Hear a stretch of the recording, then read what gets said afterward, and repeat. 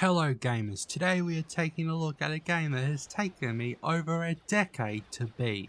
And this game also just so happens to be getting an Aspyr re-release, making it the second Aspyr Star Wars game half remaster thingy that I've taken a look at. Obviously the first one being the questionable Star Wars Battlefront Collector's Edition remaster re-release thingy madoobly. But anyways, today we are talking about quite possibly the most difficult Star Wars game I have ever played to beat, that being Star Wars Bounty Hunter. Star Wars Bounty Hunter was originally released in 2002 for the PS2 and GameCube, and well, counting I was 2 at the time of release, I did not play it on release. I think I must have ended up playing it around 2006 or 5, sort of around that time period. And well, I don't ever remember getting past the first level. And this game has a notoriously difficult controller scheme to master. As I'm sure most of us are aware if we've ever tried to play some of the retro games out there in the world, at the point of the year 2002 there wasn't really an accepted controller setup. So this game decides not to use the triggers to fire your blasters. I actually don't think PS1 controllers had triggers if I remember correctly, but I don't, so don't quote me. But instead you would have to button mash the square button to shoot. And let's just say I am not the best button masher in the world. And on top of that, the game also has what I like to call early 2000s difficulty, which is just a really swift kick in the behind. As this game doesn't have a difficulty level, it's just always set to like impossible. And this game, unlike some other games I've played from back in this time, does have checkpoints, which is nice. So the game has 6 chapters, and each chapter has maybe 3 sub-chapters, and for each sub-chapter you get 5 lives. If you cannot complete it within those 5 lives, you have to restart the chapter. Which you may be like, 5 lives? That's plenty of lives, how could you ever fail? But when you match the harder difficulty with the NPC's ability to spawn camp you, better than me back when I was in my Call of Duty sweat days, you can maybe start to understand the pain I had. So what did Aspyr do to remaster, re-release, whatever they call it for this game? Well, much like the Battlefront remaster, this game is less of a remaster and more of a light updating of the game, with scaled up textures that look pretty good for the most part. But the best thing they could have done was change the controller schematic to a normal sort of 2024 FPS sort of setup.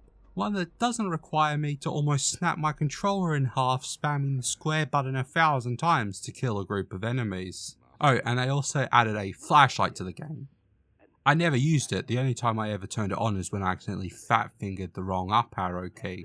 Counting that this game is a very old game that just had a bit of a facelift, there are still some bugs to be found, but I didn't find any to be majorly game breaking, apart from there was this one that I think happened to me twice, when an enemy would knock you back and you still get caught on a lip and just constantly fall or be stuck in the falling animation till you died. Which isn't that bad of a game-breaking bug until you remember the whole 5 lives thing, and then this could get you spawn-trapped after that. Which is not cool, to say the least. Now, however, it is time to talk about the game's story, which takes part in a somewhat overlooked part of Star Wars, especially in games. That space being the time between A Phantom Menace and Revenge of the Sith. Almost all of the Star Wars games coming out these days take place around the OG films, that being A New Hope, The Empire Strikes Back, and Return of the Jedi, for those who did not know, but I'm sure you all did. And hell, I would love if we get more games that take place around this era of gaming. Also, you know, who doesn't love a good Old Republic or High Republic era game? But this is well and truly close enough. And you may have been able to guess from the game's name, but in this game, you play as a bounty hunter, not just any bounty hunter however, but the father of the most famous bounty hunter in all of Star Wars, Jango Fett. Or maybe he's the most famous one. I guess it depends if you prefer Empire Strikes Back or A Phantom Menace / Attack of the Clones. Actually, he's not in A Phantom Menace, so just Attack of the Clones where he loses his head. But anyways, the first chapter has Django hunting down a contract on a space station that just so happened to be owned by one of his dear friends and kind of like contract manager, Roz, who is the same species as Watto, who famously owned Anakin and I forgot his mum's name. Oh god, let me rack my brain temple. What's her name? Oh god, is it? Let me think. Who did Darth Jar Jar impregnate? Shmi. Is it Shmi? Yes, that sounds about right. That was a long tangent that had nothing to do with anything, but let's get back to it. So after completing the contract, Django is then reached out by one Tyrannus, more commonly known by his name Count Dooku, wanting him to hunt down a woman by the name of Vosa. Vosa. V-O-S-A. However you say it. I'm gonna go Vosa, but that's probably wrong. For the high price of 5 million Republic credits. A transmission came for you. It's personal. I didn't even peek. Greetings, Jango Fett. I am Tyrannus. I have a proposition for you. You are one of a select few chosen to participate in a special hunt for a special prey. If you succeed, the reward will be in the amount of 5 million Republic credits. 5 million? Wow, that could make you for life. Now, unbeknownst to Django at the time, he is not the only hunter that Dooku reached out to, the other being Montross, a hunter who has a bit of a history with Jango Fett, as Montross was once a Mandalorian along with Fett before being kicked out of the Mandalorian Order. Now, the person they are looking for, she isn't going to be so easy to find. Fett, in order to find out where she is, first has to go to Coruscant to locate a dealer of death sticks. And to be honest, canon this game is 2 decades old and still basically has the same graphics, just upscaled. Coruscant looks really good and catches the vibe of sort of the seedy underground of Coruscant, I feel, perfectly. But after finding the dealer, he gives us a lead, in which Django has to break into a prison asteroid to free someone who then gives him another lead. However, whilst freeing this prisoner from the asteroid planet, he also meets the shapeshifter from Attack of the Clones. I don't remember her name, and I'm not going to look that one up.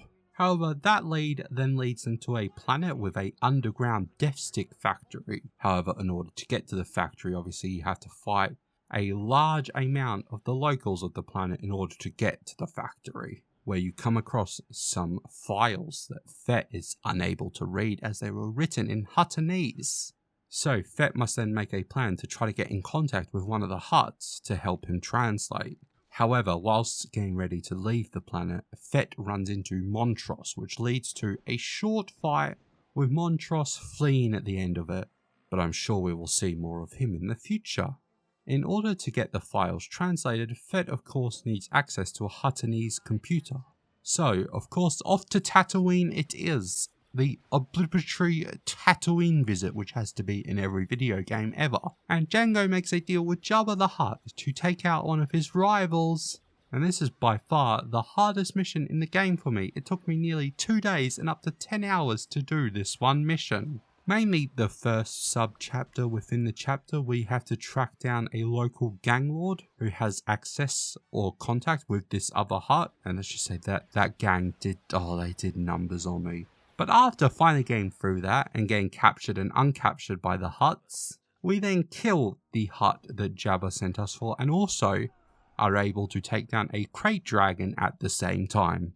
We then get the file translated and finally find out the planet that Vosa is hiding out on.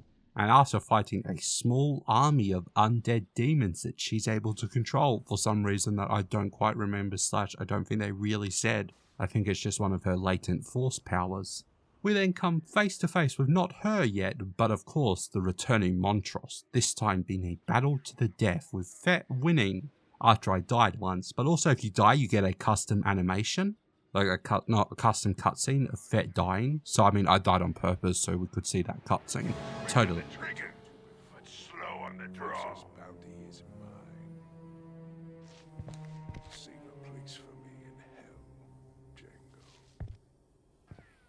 Jango. But after defeating Montross, Fett leaves him to be eaten by the undead demons. And then after fighting even more of the undead demons, we get captured by the Goth Dom Mummy Vossa, which, let's just say, I'm happy I didn't get this far into this game as a kid, because this would have like done a number on me. I'm like already screwed up enough. I didn't need to see that.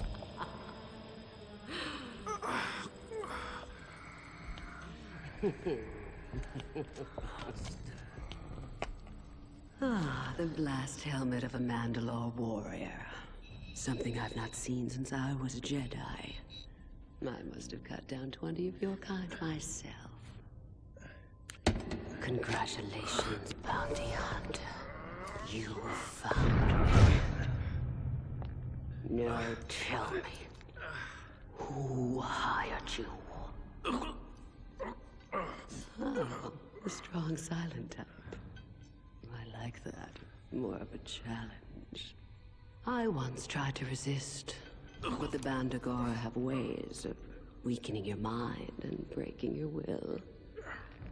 Soon, you will be my slave, bounty hunter.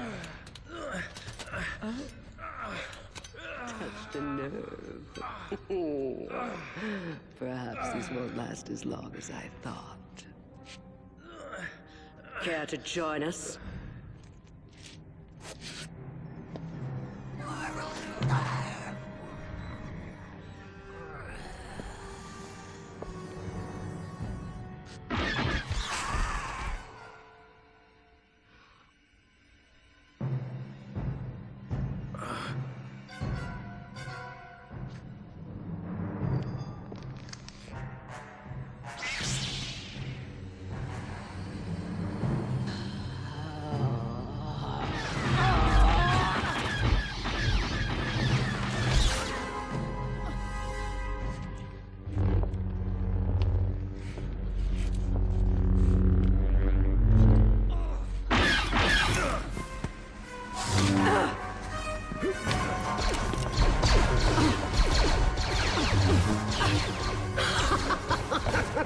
But putting me aside, this character seems to be very much a like prototype for a Sarge Ventress. At least that's the feeling I get off her, with her, you know, goth mummy vibes and the twisted hilt on the lightsabers. Of course, that's what Dooku has as well though, so who knows, maybe that's just what they thought all Sith had at the time. But after getting free from her capture with the help of the shape-shifting bounty hunter, we finally finish her off after a long fight, which of course I also died in to see the death cutscene, that's why. And well, let's just say it's a experience that Jango will see soon again in his future. However, we don't end up dealing the final blow after we successfully win the fight, as Count Dooku arrives from around a corner of which he was obviously watching menacingly from, force choking the life out of her.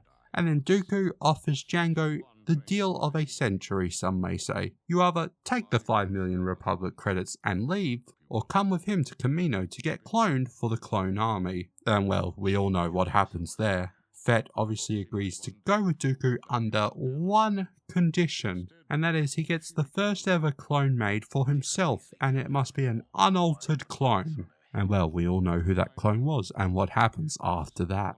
And this was a look at how Jango Fett was chosen to be the template for the entire Republic clone army.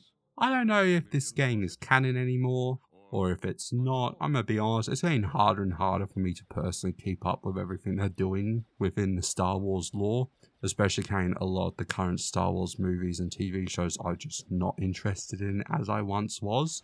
Not because I'm not interested in Star Wars, I still love Star Wars with like all my heart. It's just the Acolyte, Ahsoka, you know, not as good as I would have hoped. Andor, great, watch Andor.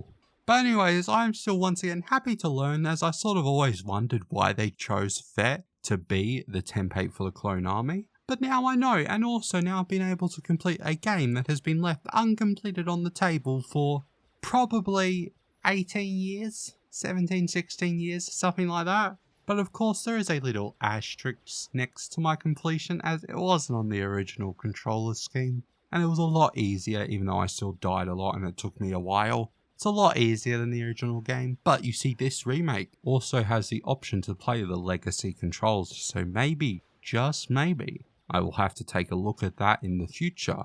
Probably not, because I like my sanity intact. But anyways, if you guys want to know what I do next, make sure to subscribe to see when I upload next. And leave a like on this video if you too also haven't completed Star Wars Bounty Hunter.